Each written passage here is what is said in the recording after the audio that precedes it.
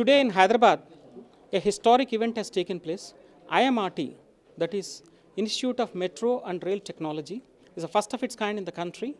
We don't have proper engineers in this country, even though a lot of lakhs of graduates, engineering graduates, every year they emerge out of thousands of engineering colleges. But if you really think about their skill sets, they are not up to the mark, they are not employable, majority of them.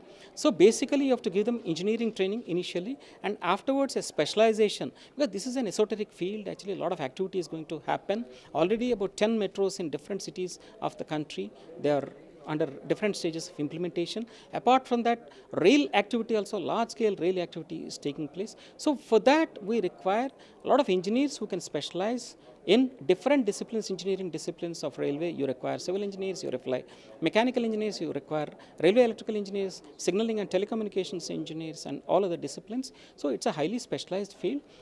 So far we were dependent upon to a large extent foreign experts. So basically we wanted to establish the technical capabilities in this country. So one of our Hyderabad based firms, it's a good consultancy firm called Barcel.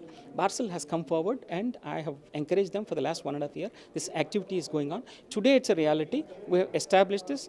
Honorable Minister for IT, Shri K.T. Ramarao, he inaugurated the course today. It's a PG course, postgraduate course, that is graduates, engineering graduates all over the country, they participated, they competed, and 17 of them have been selected.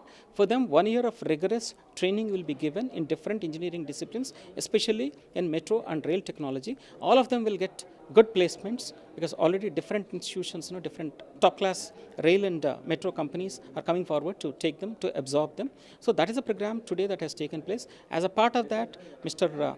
K.T. Ramarao, he inaugurated the course and the institute.